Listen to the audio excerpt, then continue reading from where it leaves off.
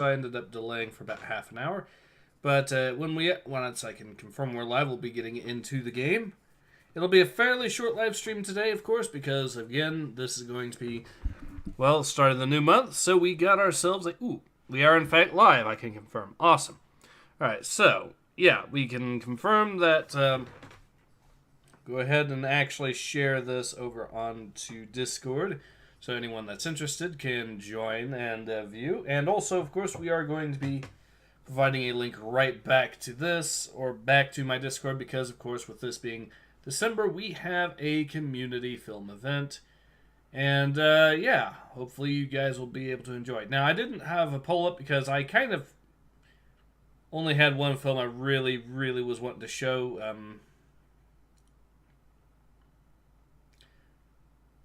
Alright, so here we are.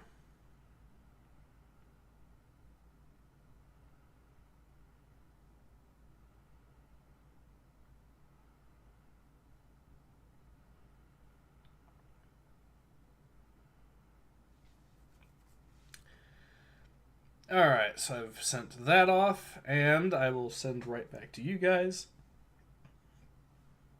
The link here we go.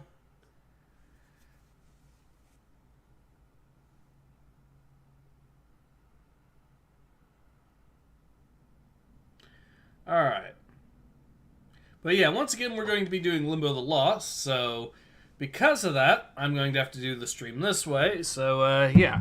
Anyways, I hope everyone is having a good day. The plan is, though, once we're done with this, we'll be doing the community film event, which, with it being December, I only have one film I was really wanting to show, and I believe it's pronounced Joie Noel. It's a film about the Christmas truce of 1914, so that's what we're going to be watching after the end of this stream here, which again will be fairly short.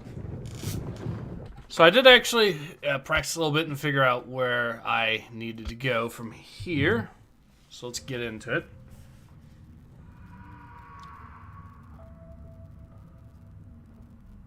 I have the... Okay, so I do have everything there that I need. I think what I need to do next is actually go to the pawn shop. Elias says, sup, motherfucker? Not much. We are playing, of course, more Limbo the Lost. So the plan is I'm going to go here, open up the wooden door. Now, with this being Limbo the Lost, the game we know is not that stable.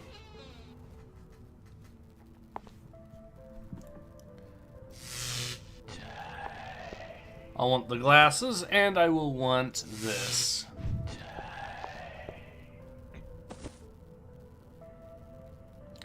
And I think that's everything.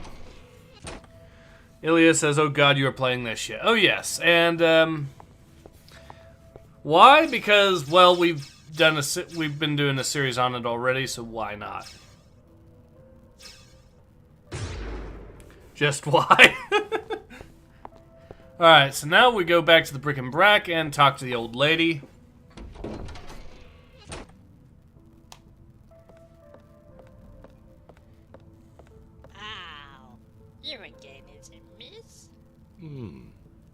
Now that's interesting. Listen, I think you may have dropped these. I believe these are your spectacles. What? You come round for some more, you say? Don't think I've got any more. What is it again? No. These are your glasses. I beg your pardon. I'll have none of that language in this shop. These, are they yours? Now look, I've told you once. No. These are your glasses. All my life, I've been looking everywhere for them. Ah, now that is much better. Thank you very much, miss. And is there anything else I can do for you? No. Thank you, madam. You've done quite enough. Now he walks out, and we have to pick up the key there. And once that's done, we will carry on, and I should be able to Ilya says, and Siberia point-and-click games used to be good. Yeah, they used to be good. Indigo Prophecy was cool. Indigo Prophecy wasn't that good. But here we are. Now we should be able to open up the abattoir. And keep in mind, once again, this is a game that got rated Peggy 7.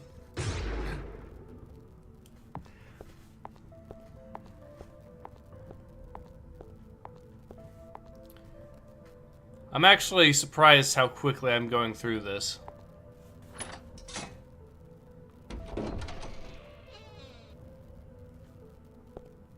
Wow, what a stink. Rated for ages 7 and up, according to the Peggy system. Just... We'll pick up the key here. And... Alright, so now... What you need to do is go to the stables.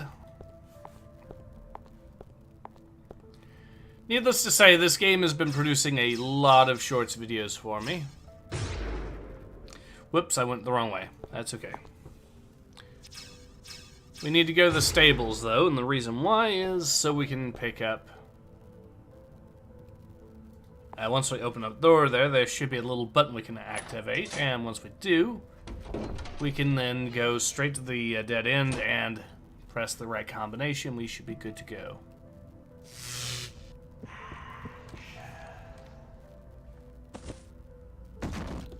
There we are.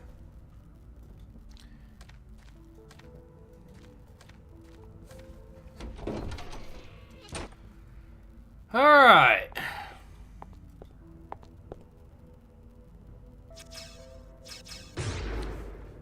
I honestly think this might be the shortest stream ever if I'm progressing this quickly, but I digress.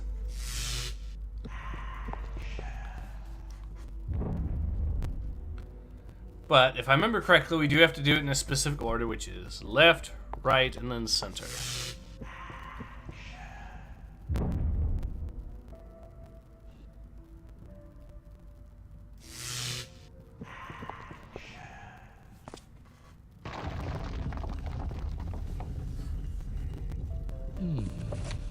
Interesting. Okay, now... This is where things get a little spicy.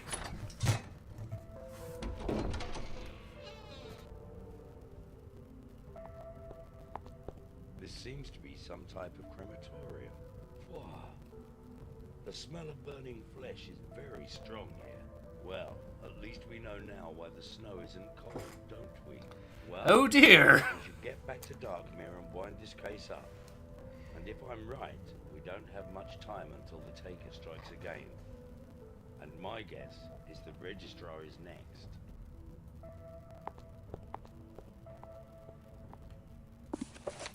Yeah. Alright. Jailer, I would like you to summon all of the good citizens of Darkmere to a meeting inside the town hall immediately. What, all of them, sir? Yes, Jailer, my good man. Every last one of them. But, sir... You may tell them that Detective Briggs is about to unveil the Soul Taker of Darkmere, and any that do not attend will be assumed as guilty as the Taker itself, and therefore punished as befits. Yes, sir, Detective, sir.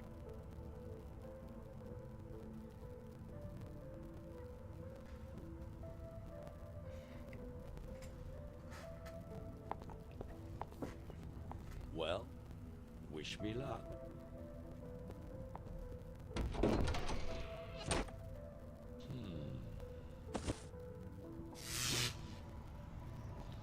Did any of you good people want to question the snow? Now, I've come far in this world, from the dungeons of Grunge to your very own Darkmere. But no matter how fantastic things have appeared, there has always been a reason and a rhyme for each of them. You see, there is no snow falling upon Darkmere. All that falls from this sky are the stark white remains of the burned and forgotten soulless ones.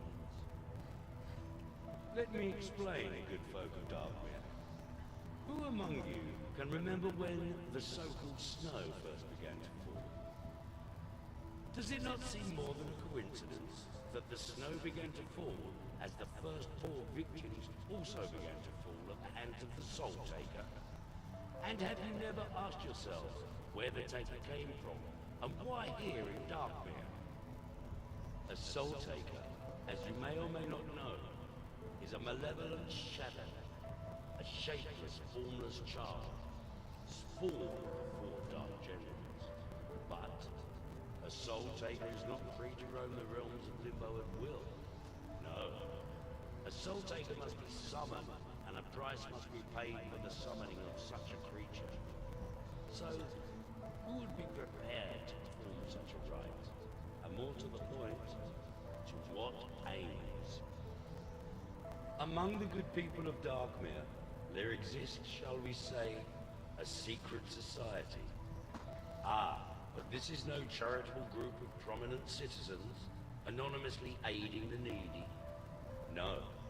This is an evil, greedy, corrupt society whose lust for wealth and power means that they will stop at nothing to get what they want. The society meet in the small hall at the end of Dagger Lane. It consists of 4 members, one of which they consider the High Priest, or perhaps I should say, Priestess. What do you think, Miss Blackley? What? Of course, Miss Blackley. You can't hear me, can you? And I'm sure you can barely see Norman me. Stewart says, hola. Hola, Norman Stewart. How nice to see you. Ah, there he is. The landlord of the very aptly named Inn of Sins. A fine, upstanding citizen, as I'm sure you'll all agree. Take a good look at these people, ladies and gentlemen. These people that you know and recognize. Take a good look. For what I'm about to tell you will not sit well. Within this world that is neither here nor there is one thing that you all have in common. One thing left that you can at least treasure.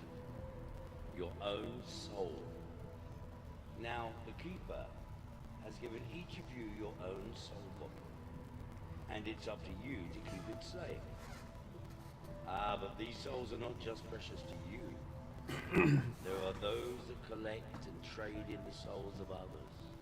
With each stolen soul comes a little more power. Since my arrival in Darkmere, I have been given and found many clues. Some helpful, some not so helpful, but all relevant. I took a charcoal rubbing from the door at the end of Dagger Lane, and I took it to the shoemaker, who confirmed that he'd made 4 pairs of boots, all with the very same symbol on the heel. The design for the boots was handed to the blind beggar, who in turn took it to the shoemaker. The blind beggar stated that the messenger had the smell of death about him. Also the smell of the fields. Hay, in fact.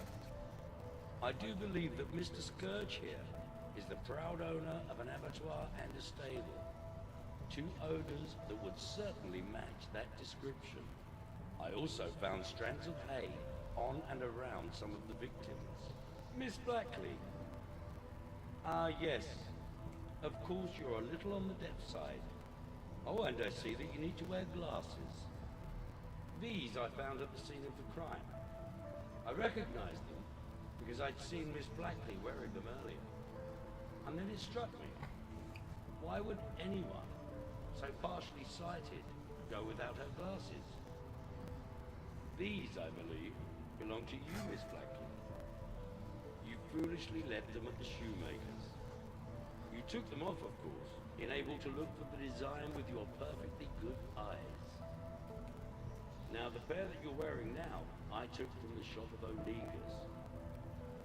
Let's face it, anybody who genuinely relies on spectacles will know immediately their own pair from another.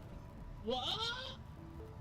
Never heard so much rubbish in all me life. Heard, did you say, Miss Blackley? And without the aid of a trumpet. Now, for those of you who cannot see, this is a stopper, a plug, a cord. You can find these in any inn or tavern. Plug in the necks of those fine jugs of ale. A good landlord will Norman says, I've been covering the Cairo and Tehran conferences on Time Ghost in class lately. Pretty interesting stuff, especially looking at Roosevelt and Stalin. a lady, Okay. I might add, who offered up two significant pearls of wisdom. The first was a question. Who do you know that likes to collect things, she asked. The second, a simple but telling saying. There are those who aspire towards an ultimate goal, seven from Limbo for one living soul. A note had been passed to me that led me to investigate the Inn of Sins. Now you may be surprised to learn that beneath the inn there is a secret passage. In one direction, the passage leads directly to a spot beneath the very meeting place of the secret society. But in the other, it leads directly beneath the statue of the mayor. There were no footprints beside the pie lady, because the Soul Taker's accomplice, on this occasion, only had to stretch out from the opening to retrieve the soul. But as he did so, something slipped from his pocket. Yours, I believe. And finally we come to my old friend Onegas. Onegas and I have crossed paths before. He's a collector, you know. He just loves to collect things. He has a special room. Oh, not here in Darkmare, but down in the lower echelons. That is where he keeps his collection, safe and away from prying eyes. I've been inside that room, and I've seen them. Row upon row of souls labeled and filed and ready for the highest bidder. You know, he once questioned me on the whereabouts of the safety of my own soul. My living soul. Now, where's yours, I wonder? Yes, so. The taker is here. I'm going to save here real quick, just in case, because we know how this game can be. I don't want to have to go through all that again. Ladies and gentlemen, that poor featureless creature that you see there has for some time been a captive, shackled and chained, locked in the stables, far away from the public eye. As you can see, the flesh from his face has been carefully removed, perhaps by an expert slaughterman. Ladies and gentlemen, this poor faceless creature is none other than your very own mare. Ladies and gentlemen, I give you your Soul Taker.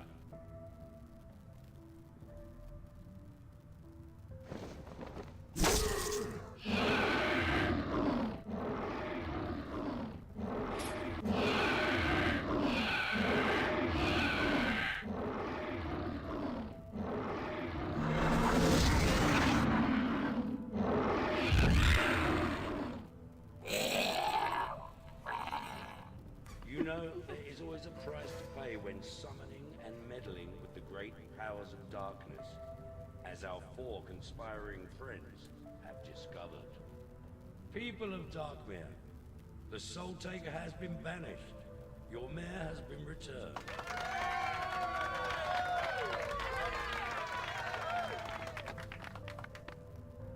Where are you going? Are you leaving us? Yes, I'm afraid I probably am. My father said that thanks to you, the snow has stopped.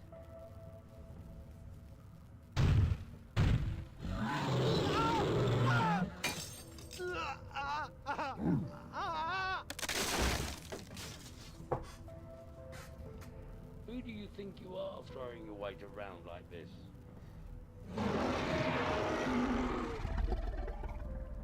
Okay, I get the message.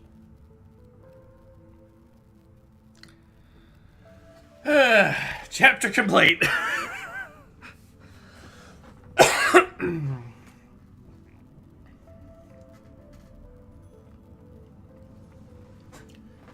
And And I think that's actually going to be a good time to go ahead and call it. I know we've only been at it for about 20 minutes or so, but... Well, I wanted to get on to the movie, and, yeah. Norman says, well, that was stupid. Yes, it was.